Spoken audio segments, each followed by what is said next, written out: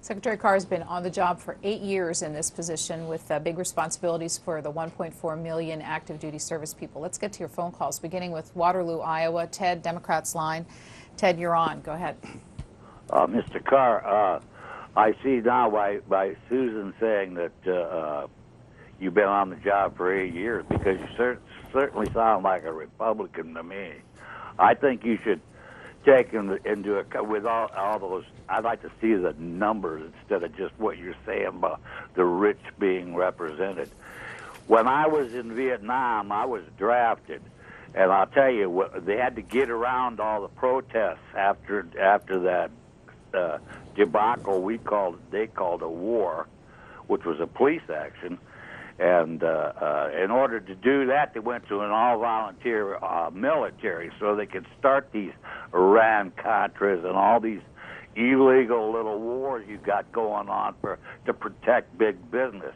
We need to reinstitute the draft to get the people involved, because until the people are involved in these phony wars like Iraq. Ted, I'm going to stop you because you made that point already, but his comments are reflected by a lot of people tweeting us this morning. Here, as Donna, the draft would be the only way to have all of the country involved in the military. A lot of people have no idea we are even in two countries fighting. Good. Let me first thank the caller for his service, and I mean that. I was around in the same period. With regard to the draft, it comes up from time to time. Let me refresh on what the draft looks like. If, let's say, we're walking through the Atlanta airport in 1969, 4 out of 5 soldiers that we passed would be in their first couple of years of service.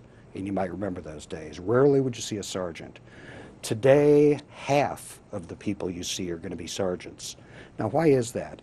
Because during a draft, 1 in 8 elects to remain, whereas since the advent of the all-volunteer force that the caller referred to, it's 1 in 2. Well, if you're getting 1 in 2 compared to 1 in 8, your experience profiles build, and you then have people with enough seasoning and experience to handle the complex weapon systems we've got. Vietnam, 105 millimeter howitzer battery, lots of labor, lots of carrying rounds to the gun. But today we've got a multiple launch rocket system, drop a pod, and there's an operator inside, probably in the grade of E6. So we've designed our weapon systems for a much older and more seasoned force.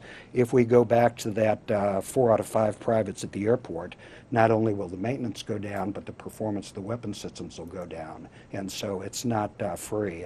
And frankly, we're getting a pretty darn good representation of America now, and the data are available, and to bring that up.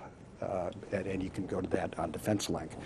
But it is a military that represents America probably better than it ever did, certainly better than it did during Vietnam, certainly better than that period.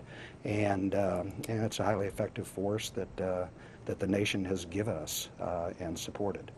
Mr. Carr, as he mentioned, 20-year military career, performed in the field of military personnel management, including service as Chief of the Enlisted Management for the Army Forces in Korea. He's a graduate of the U.S. Military Academy, holding a Master of Science in Systems Management from the University of Southern California, and postgraduate work at the Kennedy School at Harvard.